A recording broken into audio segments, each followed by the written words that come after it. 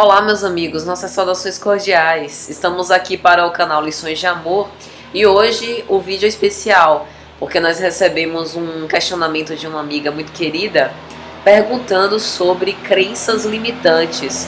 O que o Espiritismo tem a dizer e como ele pode nos ajudar a identificar essas crenças e a vencê-las.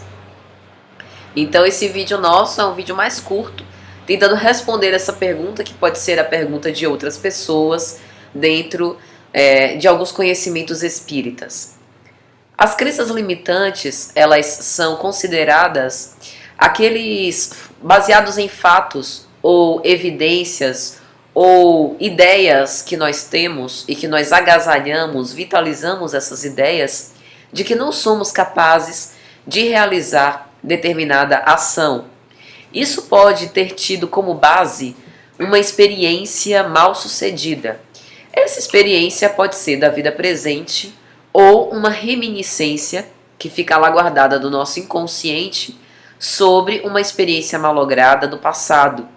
E aí muitas vezes, vai dizer Joana de Ângeles, a nossa consciência de culpa, que permanece como a nossa própria herança de existências pregressas, às vezes a gente acredita, não se sente merecedor, por exemplo, de uma determinada dádiva, porque a consciência de culpa guarda essa reminiscência de que quando nós tivemos aquele recurso, nós decidimos mal, acabamos malbaratando aquele recurso e que agora não nos sentimos dignos. Mas, tendo por base as experiências da nossa vida atual, nós também podemos dizer que essas crenças limitantes, elas foram cenas que nós tivemos, e aí ou fomos mal sucedidos, e aí tivemos uma conclusão equivocada. Vamos dar um exemplo. Eu faço uma prova, eu estudo para fazer uma prova de matemática, e aí eu me submeto a essa prova e o resultado foi desastroso. Tirei, vamos pôr, uma nota 2. E aí eu fico bastante impactada por aquilo. E acredito que o resultado da prova, em função de eu ter estudado tanto, é porque eu não sou boa em matemática. E mesmo que eu estude muito, como foi o caso, eu sempre vou tirar aquela nota baixa. Então, a crença limitante, ela está justamente aí, numa conclusão muitas vezes precipitada com respeito a um determinado fato. Pode ter acontecido que naquele dia, por exemplo, eu não estava bem, e aí eu não consegui colocar no papel todo o conhecimento que eu trazia a respeito daquela matéria. Quantas vezes isso não acontece? Pode ser também que o nível da prova estava muito elevado e que, se eu comparasse, vamos supor, a minha nota com a nota dos outros colegas, viríamos que todo mundo também se deu mal. É um outro exemplo. Então veja que a crença limitante é uma crença apressada e que geralmente puxa-nos para baixo.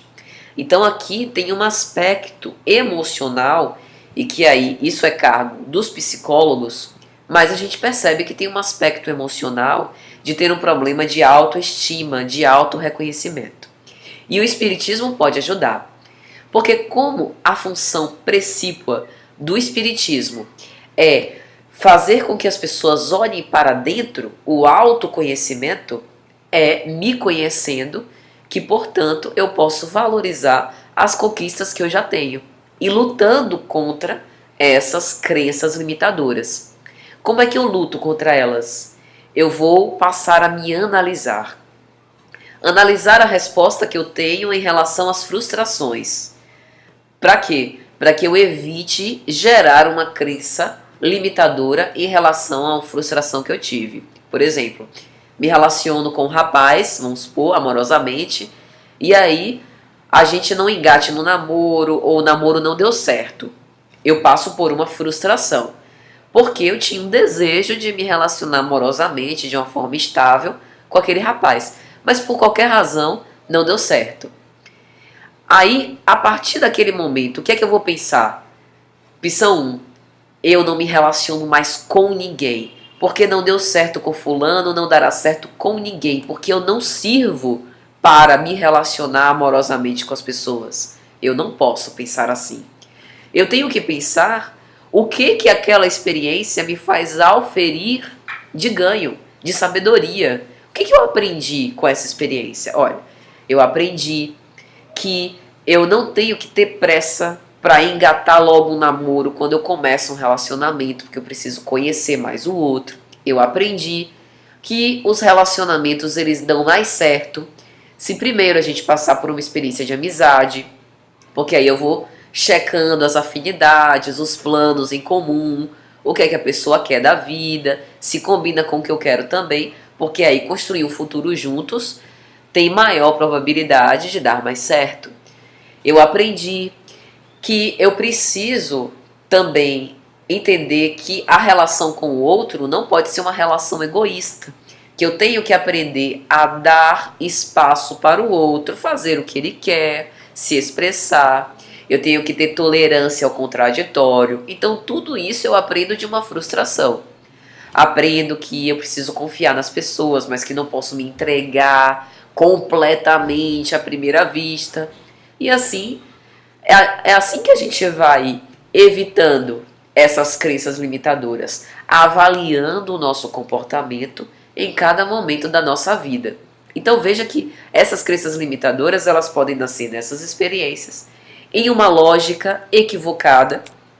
Então, por exemplo, se eu tenho as frustrações, e aí por trás pode ter um conflito, pode ter inclusive um transtorno de personalidade.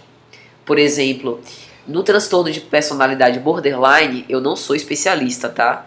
Mas quem quiser pesquisar ou conversar com o seu próprio psicólogo depois, o transtorno de personalidade borderline, ele tem essa característica marcante, que as pessoas que padecem desse transtorno, elas acabam tendo comportamentos bem extremos. Então por isso que o borderline também é chamado de limítrofe. Vive sempre entre os extremos, que a pessoa não pode falar nada, que o borderline já achou que a pessoa falou porque pensou alguma coisa. Então isso é a ideia da lógica equivocada. Por exemplo, o tempo fechou, aí a pessoa fala, ih, vai chover. E aí o borderline pode achar, ai meu Deus, será que ela falou que vai chover porque ela acha que eu sou azarenta? Será que ela falou que vai chover porque não quer sair comigo e tá com medo de me recusar? É o que a gente costuma falar no popular da paranoia. Então essa lógica equivocada, como é que a gente refaz essa lógica?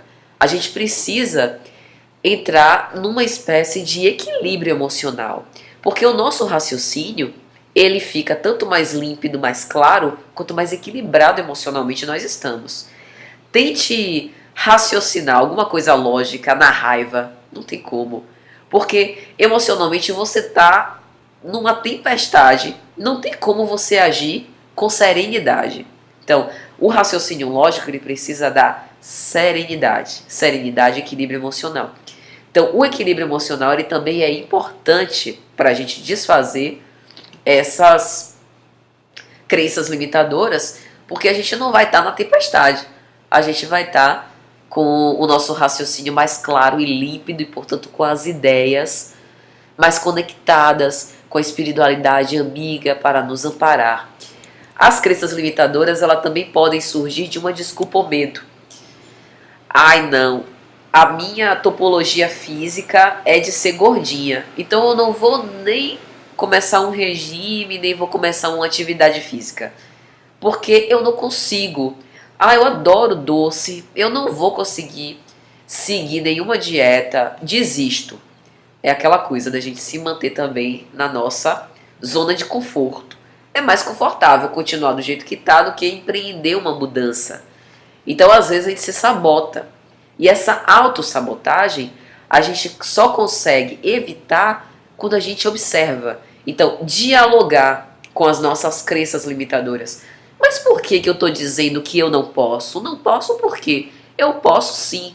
Tudo que eu consigo, tudo que eu quero, eu posso. E é aí que entra o Espiritismo. Por quê? Em O Evangelho segundo o Espiritismo, no capítulo 19, A Fé Transporta Montanhas, a primeira mensagem que Kardec coloca nesse capítulo é o poder da fé. No item 2, eu só vou ler a primeira frase de Kardec. No sentido próprio, é certo que a confiança nas suas próprias forças torna o homem capaz de executar coisas materiais que não consegue fazer quem duvida de si. Só por essa frase já avalia o capítulo. A fé aqui, nesse primeiro sentido, né, do poder da fé, nesse sentido inicial, Kardec está dizendo, mesmo o homem que não é religioso, ele tem fé, porque tem fé em si, que pode lograr coisas materiais. E aquele que duvida que pode, provavelmente não vai conseguir mesmo. Por quê? Porque ele já afrouxou essa convicção que tem em si mesmo. Para a gente vencer as crenças limitantes, a gente tem que ter convicção em nós mesmos. Ou seja, acreditar que nós podemos mudar. Porque a vontade, já dizia Leon Denis, é a maior de todas as potências do espírito. É lógico que o conceito de fé ele é mais ampliado do que isso. Fé não é só discernir, crer, né, uma coisa pensada. Mas fé é uma entrega, é uma vivência, é uma confiança irrestrita em Deus. Mas aqui falando sobre a fé em si mesmo, é justamente esse conceito de ter a certeza de que se nós quisermos, poderemos, através de uma análise interior. Então é isso, meus amigos. Não sei se eu consegui responder, mas está aqui a contribuição e como que a doutrina nos ajuda a nos analisar. Um grande abraço a todos e até mais.